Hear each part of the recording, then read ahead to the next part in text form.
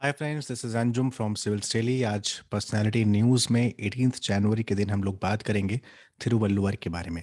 थिरुवल्लुवर, वल्लुवर या तिरुवल्लुवर, मेरे जितने साउथ इंडिया के फ्रेंड्स हैं जो कि तमिलनाडु से हैं स्पेशली, वो अगर इसका प्रोनाउंसिएशन ठीक से बता पाएंगे तो ज़्यादा बेटर रहेगा। बिकॉज वहाँ पर थ को शायद त प्रोनाउंस करते हैं, ऐसा कुछ है।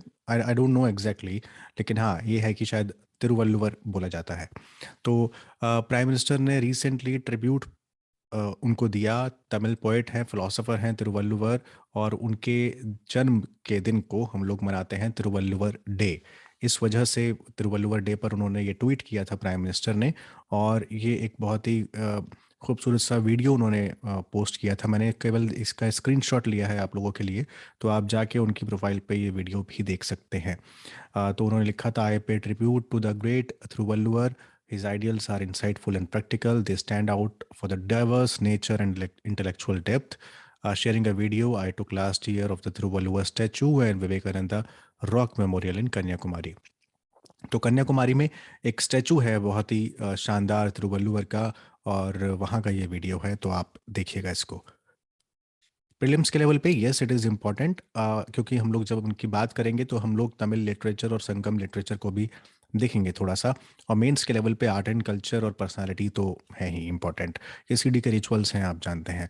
तो पहले ये सेलिब्रेट होता था 17-18 मई को 1935 में। It was first celebrated in on 17 और 18 मई 1935। उसके बाद से उसके बाद से 15-16 जनवरी को ये ऑब्जर्व करना स्टार्ट कर दिया, बिकॉज तमिलनाडु में उस टाइम पे इसको पोंगल सेलिब्रेशन का पार्ट माना गया है। और पोंगल सेलिब्रेशन जिस दिन होता है तो उसी दिन से हम लोग स्टार्ट करते हैं। उसी दिन मानते हैं कि आज तिरुवल्लुवर डे है। उनको वल्लुवर कहा जाता था। तमिल पोएट सेंट है, यानी कि एक तमिल के कवि संत हैं, और उनका नाम है वल्लुवर। और उनको कल्चरल और मोरल आइकन पूरा तमिल के सभी कास्ट और रिलीजियस लाइंस को पार करते हुए, यानी कि भले ही आप किसी भी जाति के हों, किसी भी धर्म के हों, लेकिन तमाम तमिल लोग, तमाम तमिलियंस और तमाम साउथ इंडिया के लोग, साउथ क्या पूरा नॉर्थ इंडिया के लोग भी जो कल्चर और अ, साहित्य में, जो कि लिटरेचर में रुचि रखते हैं, वो मानते हैं कि उनका जो वो एक कल्चरल आइकॉन है, एक मोरल आइकॉन है, क्योंकि उन्होंने उसके लिए बहुत काम किया है। क्या काम किया हम आगे देखते हैं। See this is the statue. एक ये भी स्टैचू है, और काफ़ी सारे स्टैचूज़ हैं। मैं आगे उन स्टैचूज़ के बारे में बात करूँगा। केवल एक यही स्टैचू नहीं है, पूरे दुनिया में कई स्टैचू भी हैं, ऐसा भी है, कुछ और जगह पर भी हैं, अभी हम आगे देखने वाले हैं। तो उनके जो पीरियड है कि जब वो कब पैदा हुए थे या कब उनका समय है, यानी when he lived, it is very debatable. और उनकी रिलीजियस आइडेंटिटी को लेकर भी काफ़ी सारे विवाद हैं, कई डिबेट्स हैं। तो कुछ लोग मानते हैं कि वो 3rd और 4th सेंचुरी में थे तिरुवल्लुवर। कुछ लोग मानते हैं कि नहीं, वो 8th और 9th सेंचुरी में थे, इसीलिए कुछ लोग उन्हें पोस्ट संगम पीरियड का एक कवि मानते हैं। तो कुछ बोलते हैं नहीं, ये संगम लिटरेचर जब लिखा जा रहा था, जब संगम हो रहा था, उस टाइम पे वो जीवित थे, जिंदा थे।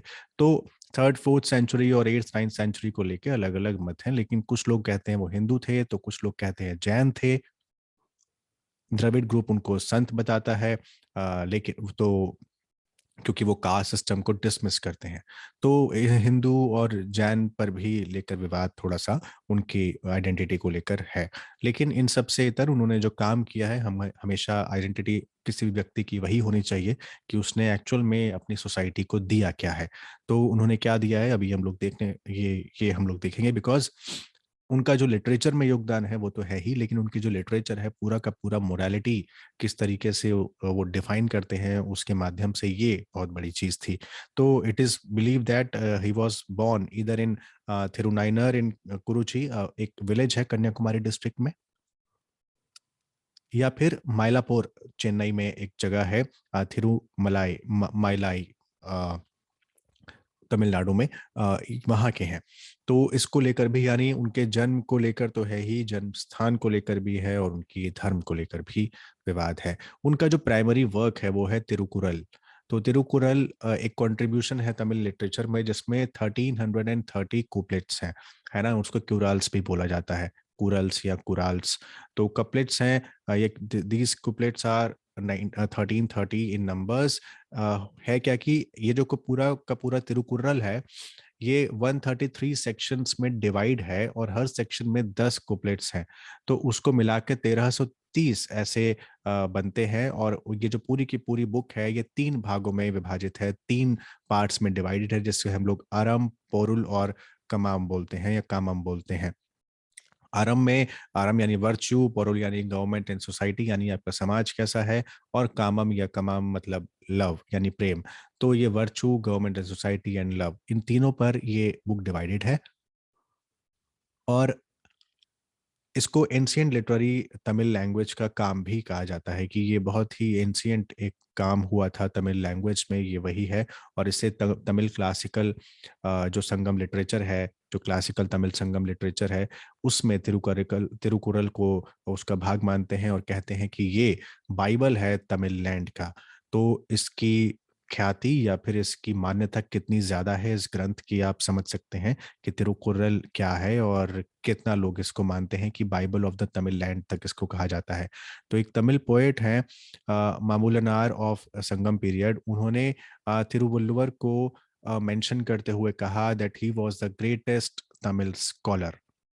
अब चूंकि संगम लिटरेचर की बात हुई है, तो संगम लिटरेचर एक बार हम लोगों को देख लेना चाहिए कि है क्या। जिस समय संगम पीरियड था, उस समय चोल, चेर और पांड्या, ये तीन ऐसी, ये आप देख रहे होंगे, ये चोल हैं, यहाँ पांड्य है और ये चेर है ना। तो Chera, Chola and Pandya, these 4 dynasties were there.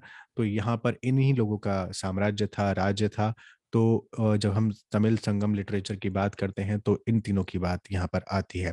तो द वर्ड संगम, संगम यानी कि मिलन, यानी कि एक संघ, जहाँ पर जहाँ पर कुछ लोगों का समूह या कुछ ग्रुप ऑफ पर्सन आकर, एसोसिएशन आकर मिलता है, उसको हम बोलते हैं संगम। जैसे प्रयागराज में है संगम, है ना। तो इस तरीके से बोलते हैं संगम। यानी एकेडमी ऑफ पोएट्स थी जो कि 3 डिफरेंट पीरियड्स में बैठी और अलग अलग जगहों पर बैठी, और उनको जो पैट्रोनेज किया था वो पांड्य किंग्स ने किया था। तो the they are the heir, the Pandya, जो उनका राज था, क्योंकि तमिलनाडु में ज़्यादातर संगम हुई है तो वहीं पर, तो इसलिए कहते हैं कि different places in different periods but all were patronage by the Pandyan kings. तो compiled during 3rd century BC to 3rd century तक, and it was composed in a poetic format around the theme of love and war, यानी प्रेम और युद्ध, इन दोनों themes के आधार पर आसपास इस पूरे संगम लिटरेचर को रचा गया था। और ये 3rd सेंचुरी ईसा पूर्व से लेकर 30वीं सदी, 30वीं ईस्वी तक, सॉरी 3री ईस्वी तक इसकी रचना हुई थी। तो तमिल लेजेंड्स कहते हैं कि there were 3 Sangams held in South India, और उन सबको कहा गया मुच्छंगम। तो फर्स्ट संगम हुई थी वो मदुरई में हुई थी, here's the Madurai, and attended by the gods and legendary sages. इसमें कोई लिटरेरी वर्क इस पीरियड का फर्स्ट संगम का अवेलेबल नहीं है। सेकंड संगम कपादापुरम में हुई थी। केवल तोलका पियम, बहुत ही सेक्रेड ग्रंथ है तोलका पियम, वो सरवाइव कर पा रहा है। Only this Tolkappiyam survive from this, and the third Sangam was also held at Madurai. तो यहाँ पर तीनों संगम्स हुई थी और उनको बोलते हैं मुच्छंगम भी, है ना।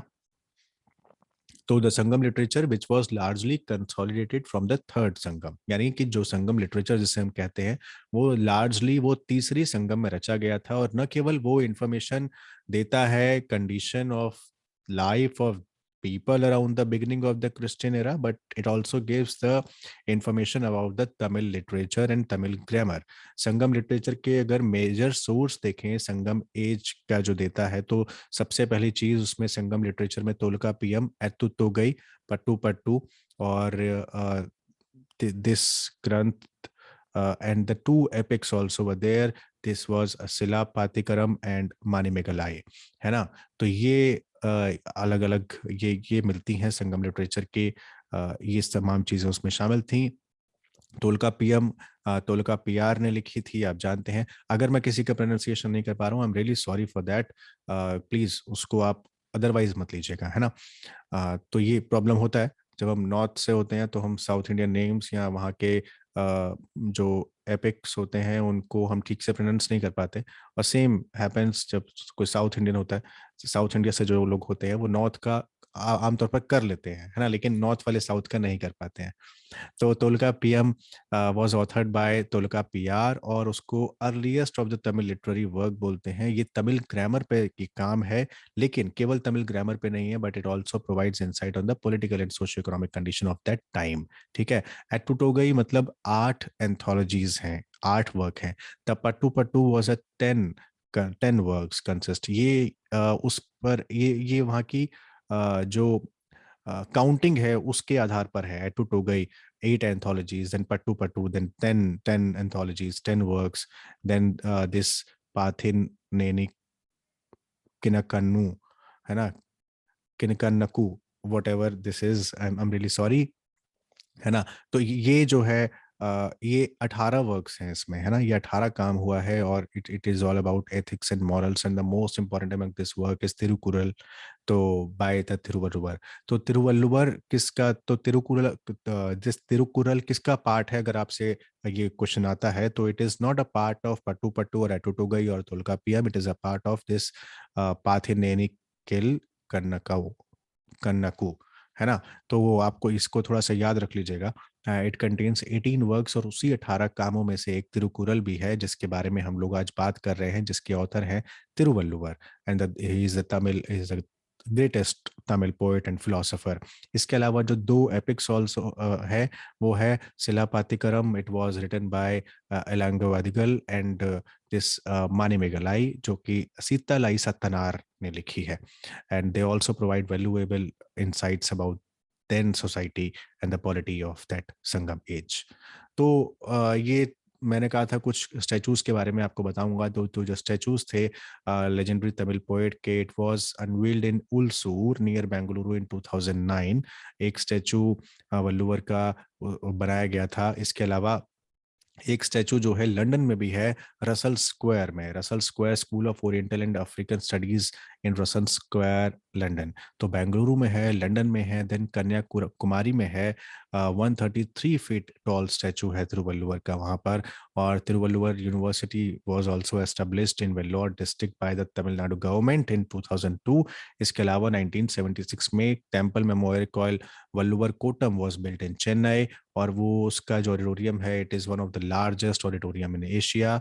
इसके अलावा अर्ली 16th सेंचुरी में एक टेम्पल भी डेडिकेटेड है तिरुवल्लुवर को, जो कि एकम्बरेश्वर टेम्पल कॉम्प्लेक्स में है, मलप्पुरम चेन्नई में। तो ये तिरुवल्लुवर के बारे में और बातें थी कि कितना मायने रखते हैं वो इस सोसाइटी के लिए, हमारे समाज के लिए, कि जगह जगह पर उनके स्टैचूज हैं, उनके नाम से यूनिवर्सिटी है, उनके नाम से मंदिर है, टेम्पल है, उनके नाम से ऑडिटोरियम्स हैं, है ना। तो तिरुवल्लुवर की वैल्यू आप समझ पा रहे होंगे, और तिरुकुरल की वैल्यू समझ पा रहे होंगे, जो कि पार्ट है इसका, जिसमें 18 काम शामिल हैं, और एथिक्स और मोरल्स पर वो काम करता है। तो ये थी पूरी की पूरी तिरुवल्लुवर के बारे में जानकारी, संगम लिटरेचर के बारे में जानकारी। अगर आपको कोई क्वेश्चन हो तो प्लीज़ मुझे कमेंट बॉक्स में ज़रूर बताइएगा। और अगर आपने अब तक ये चैनल सब्सक्राइब नहीं किया तो प्लीज़ सब्सक्राइब ज़रूर करें, और नोटिफिकेशन बेल को ऑन रखना मत भूलिएगा। Thank you so much. अपना बहुत ख्याल रखिए।